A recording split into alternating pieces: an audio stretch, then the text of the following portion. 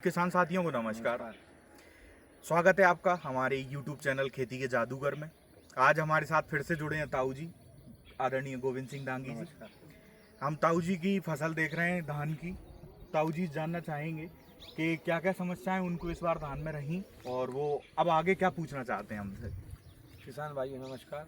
तो किसान भाइयों, आपने देखा है कि हमारी धान की फसल खड़ी हुई है और पौध से लेकर आज तक जहाँ तक खड़ी हुई है वहाँ तक हमने आशु भाई के सुझाव से सब प्रकार के माइक्रोन्यूट्रिएंट्स का उपयोग किया, जिससे हमारी धान पूर्ण रूप से सुरक्षित है। आशु भाई आप देख रहे हो, कहीं इसमें कोई मेरे हिसाब से कोई कमी नहीं दिख रही। अब मैं आशु भाई से ये जानना चाहूँगा, आशु भाई हमारी ये फसल खड़ी हुई 80 दिन की हो चुकी है।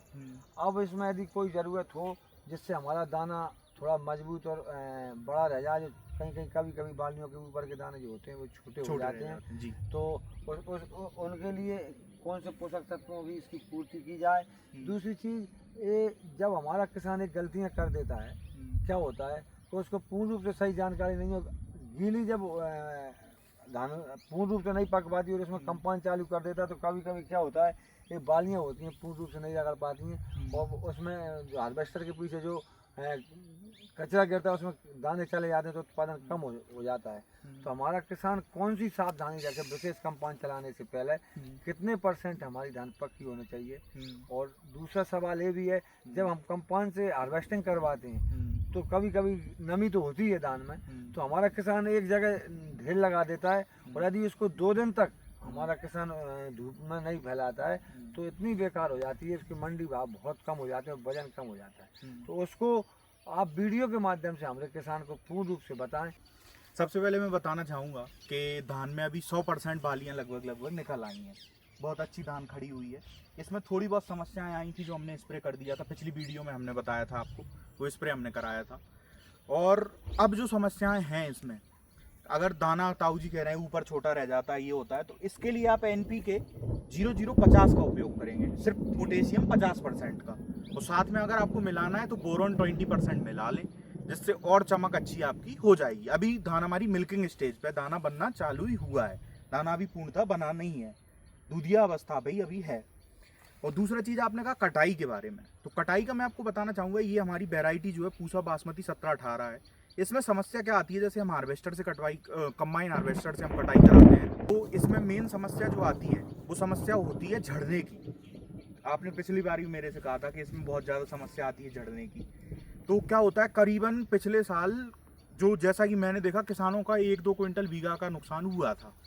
तो इसकी हार्वेस्टिंग करते टाइम हमको क्या ध्यान रखना है कि जैसे ही आपकी धान आने के पहले जैसे पीली पड़ जाए, दाना फुल साइज अटेन हो जाए, और ऐसा नहीं कि बिल्कुल गेहूं की तरह सूख जाने देना है, पूर्णतः सूख ना पाए। जैसे ही आपको लगे कि आ गई है, जैसे हम देसी भाषा हम कहते हैं कि बिल्कुल लेदर फसल आ गई है, तो वैसी फसल आ जाए तो हार्वेस्टर से आप इसकी कटाई करवा लें। और आपने भंडारण का मेरे से पूछा, भंडारण करते समय आपको क्या चीज़ें ध्यान रखनी है कि सबसे पहले इसको 3-4 दिन बाहर सुखा लें।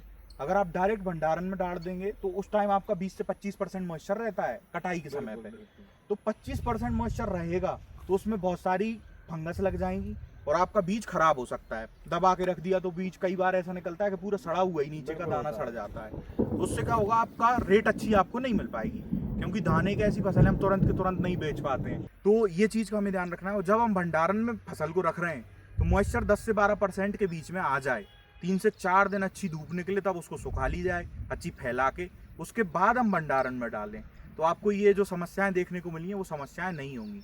तो किसान भाइयों, हम आपको वीडियो के माध्यम से समय समय पर आशु भाई को हमारे खेतों पर बुलाते हैं, हर फसल की हर क्रॉप की आपको जानकारी दिलाते हैं। तो आपने देखा कि भंडारण तक आशु भाई ने बताया और आप हमको विश्वास है कि अपनी फसल को कभी ख़राब नहीं करेंगे।